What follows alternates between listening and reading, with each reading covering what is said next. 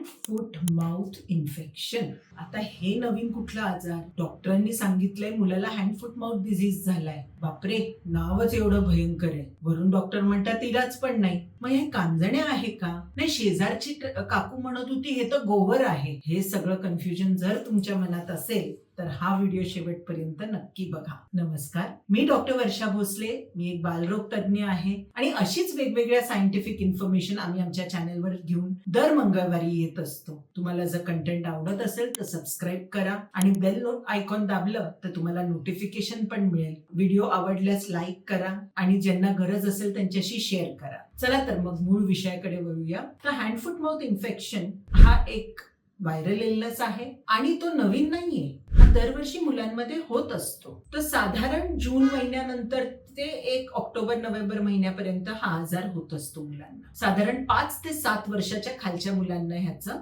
Infection होतं. ऍडल्ट्स मध्ये पण होतं, पण त्याचं प्रमाण थोडं कमी असतं.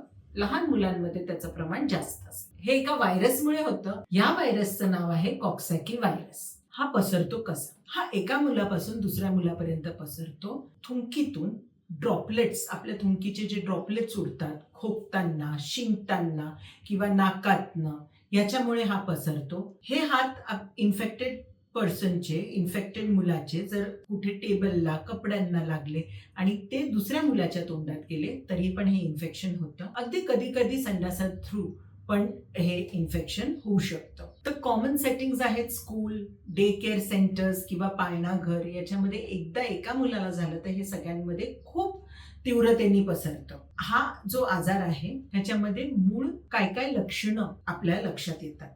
तर सर्वप्रथम म्हणजे बाळाला ताप येतो. हा ताप जनरली 2 ते 4 दिवस चालू राहतो. पहिल्या काही दिवसांमध्ये मुलाला घशात दुखल्यामुळे मूल अतिशय चिडचिड करतं. त्यावेळेस हे रॅशेस घशात आलेले असतात. तर तेव्हा मूल चिडचिड करतं, खाणं पिणं कमी करतो. खूपदा असं होतं की लाळ पण बाळाला गिळता येत नाही आणि मग ती लाळ एका बाजूनी गळत राहते बाळाची. एकदा 4थ्या दिवसानंतर हा ताप थोडासा निवळत येतो आणि त्यावेळेस बाळाला हातापायावर फोडी यायला सुरुवात होते. या फोडी टिपिकली पाण्याने भरलेल्या फोडींसारख्या दिसतात. याचा रंग त्वचेच्या रंगाप्रमाणे वेगवेगळा असू शकतो, पण पाण्याने भरलेल्या फोडी ह्या टिपिकल हँड फूट माउथ इन्फेक्शन मध्ये असतात. अजून एका आजारामध्ये पाण्याने भरलेल्या फोडींसारख्या फोडी येतात आणि तो म्हणजे कांजण्या किंवा चिकन पॉक्स. पण कांजण्या किंवा चिकन पॉक्स हे पूर्ण बॉडीवर येतात आणि हँड फूट माउथ इन्फेक्शन मध्ये जसं त्याचं नाव आहे हँड, फूट आणि माउथ, तर माउथ मध्ये सगळ्यात पहिले ते रॅशेस येतात. नंतर हे फोड्या येतात हातावर आणि पायावर. तळ हातावर आल्यामुळे त्या थोड्या दुखतात, पायावरच्या पण दुखतात.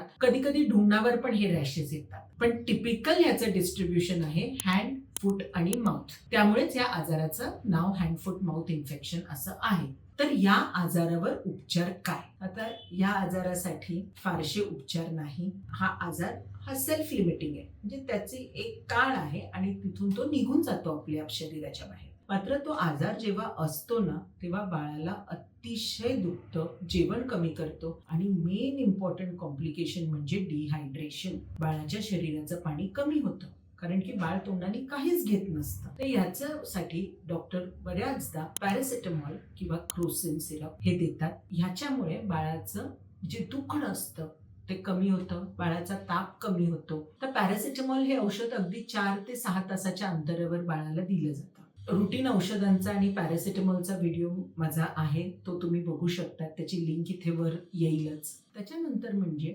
बाळाला कंटिन्युअस द्रव्य देत राहायचे. फ्लुइड कुठल्याही फॉर्म मध्ये द्यायचे. बाळाला हँड फूट माउथ इन्फेक्शन येतं तेव्हा तोंडात पण हे अल्सर आलेले असतात, त्यामुळे सगळं झोंबतं. त्यामुळे बाळाला सॉल्टी किंवा मिठाच्या गोष्टी किंवा तिखट हे अजिबात जात नाही. त्यामुळे गोड आणि नरम पातळ गोष्टी बाळाला कंटिन्युअस देत राहाव्या. थोडं थोडं करून पाणी, ORSचं पाणी, नारळ पाणी, स्मूदीज, एकदम खीर रव्याची, अगदी पातळ आणि गोड गोष्टी दिल्या ना तर त्या थोड्या थोड्या थोड्या जातील आणि बाळ ना त्याही अगदी थोड्या घेतं.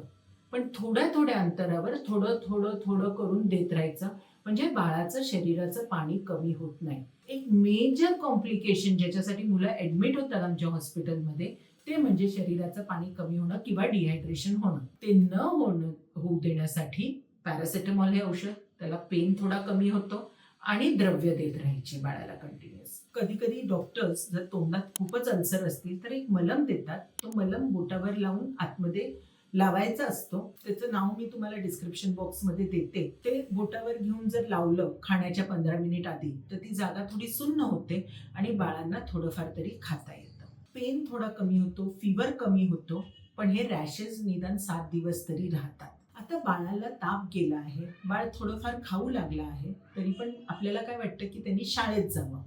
पण अशा वेळी जर आपण शाळेत बाळाला पाठवलं तर त्याचं इन्फेक्शन दुसऱ्यांना पसरू शकतं आणि प्लस त्याच्या जे फोडी आहेत त्याच्यामध्ये दुसऱ्यांचे कुठले तरी इन्फेक्शन लागू शकतात. त्यामुळे हे फोडी पूर्णपणे सुकल्याशिवाय बाळाला शाळेत पाठवू नये. ह्याच्यानीच आपण हा आजार कंट्रोल करू शकतो, कारण तसा इलाज या आजाराला अजिबात नाही. अजून एक चांगली म्हणण्यासारखी गोष्ट अशी की हा आजार स्वतःच निघून जातो आणि दुसरी गोष्ट ह्याच्यात खूप काही मेजर कॉम्प्लिकेशन्स होत नाही. एक डिहायड्रेशन हा एक कॉम्प्लिकेशन होऊ शकतो. त्याच्या व्यतिरिक्त थिओरॉटिकली मेनिंजायटिस वगैरे हे कॉम्प्लिकेशन्स आहे, पण ते फार फार फार फार रेअर आहेत. आता कुठले डेंजर साईन्स आहेत की जेणेकरून तुम्ही डॉक्टरांकडे लगेच धाव घ्यायला पाहिजे? बाळ सुस्त असेल, बाळ लघवी कमी करत असेल, बाळ ओळखत नाहीये, उठत नाहीये, अजिबात खेळत नाहीये मध्ये, अशा वेळेस तुम्ही डॉक्टरकडे लगेच जा. आता ह्या व्हिडिओमध्ये जे इन्फॉर्मेशन दिलं त्याच्याने आपण डायग्नोज करू शकतो, ट्रीटमेंट करू शकतो आणि बाळाची काळजी घेऊ शकतो. पण ह्याचा अर्थ असा नाही की आपण ह्याची ट्रीटमेंट घरीच करावी. हे तुम्हाला एक गाईडलाईन्स आहे. डॉक्टरांनी दाखवून निदान करणं, त्याचं हायड्रेशन व्यवस्थित आहे की नाही, बाळाची तब्येत व्यवस्थित आहे की नाही, हा चेकअप करणं फारच गरजेचं असतं. कारण एका घरात जरी 2 लोकांना हे झालं तरी एकाला त्रास वेगळ्या प्रकारे होऊ शकतो, कारण शरीर हे वेगळे आहे. अगदी जुळे असले तरी एकाला त्रास वेगळ्या रीत्या होऊ शकतो, दुसऱ्याला त्रास वेगळ्या रीत्या होऊ शकतो.